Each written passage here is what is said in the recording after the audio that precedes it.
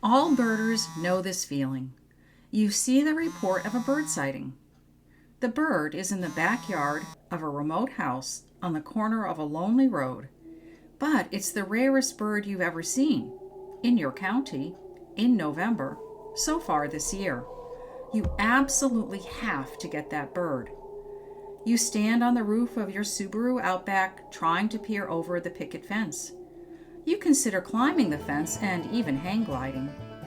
Finally, you approach the front door as muffled banjo music plays in the background. Invariably, the homeowner is thrilled to hear about the bird, probably discovered it himself, and invites you in for hot chocolate and a comfy chair to watch the bird from. A couple of weeks ago, Ethan and I drove a few towns over to see a red-headed woodpecker, rare for Maine. We watched the bird from the road for 5 minutes before being invited in. During our 2024 big year, we were invited into an Arizona bungalow to view a plain-capped starthroat.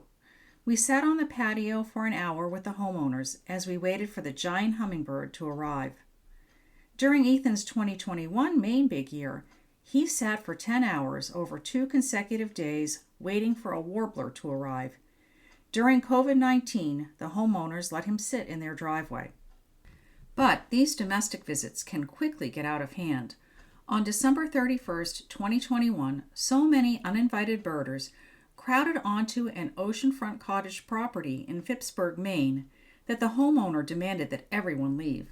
Many had driven hundreds of miles to see the Steller sea eagle, a bird of the Russian ice.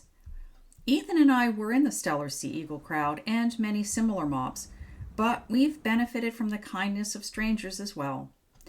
More than once, we have pondered the question, what would we do if something rare turned up in our yard? Would we put the word out and have strangers showing up at our door? Or would we keep it a secret? We've had a couple test runs on this quandary, both involving summer tanagers, a bird that shows up in Maine a couple times a year. We used to own a condominium in a small complex outside of Portland, Maine. In the fall of 2021, we noticed a female summer tanager in the trees outside our window. We would have had dozens of birders in the parking lot within minutes, but the condo president reminded us that Directive Number 10-289 prevented inviting the public onto the grounds. 2 years later, another summer tanager, this time a male, appeared on our Wiscasset, Maine feeder, but only stayed for a few hours. It was gone by the time the word got out.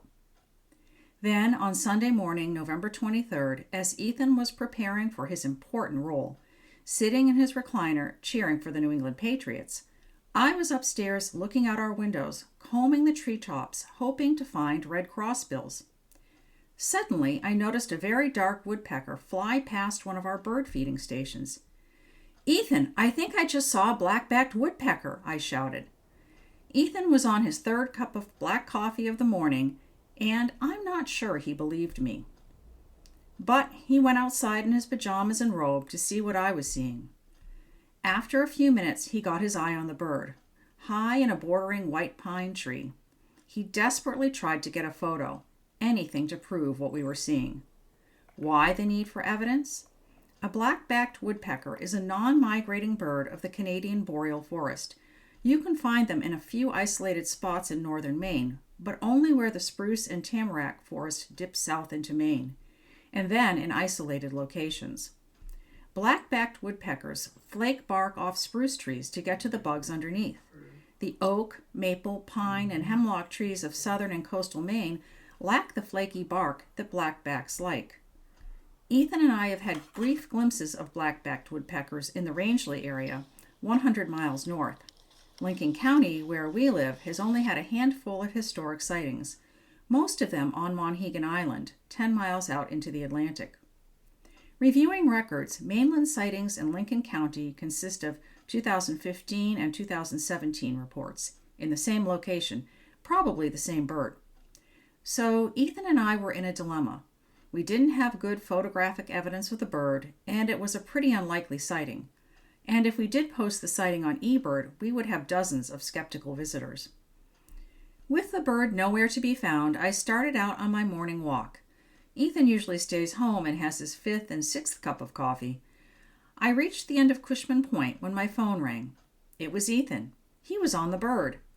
I ran the quarter-mile back to the Whitaker estate, and there in the front yard was Ethan with his camera pointed 10 feet up in a tree.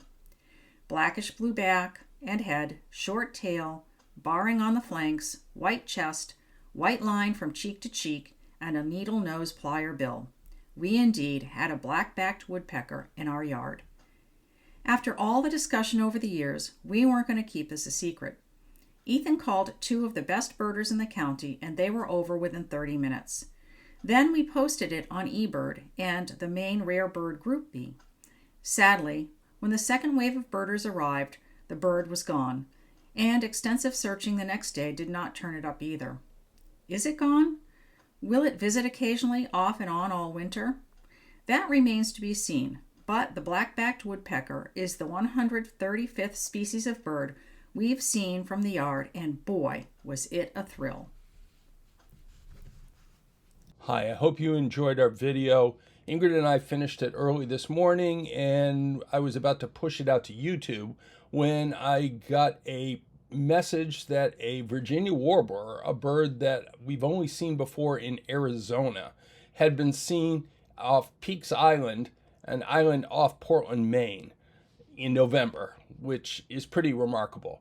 So I dropped everything and rushed out to Peaks Island. By that I mean I drove down to Portland, got on a ferry, took it over to Peaks Island, walked a half mile to the area, and once again stood in someone's driveway and got the bird.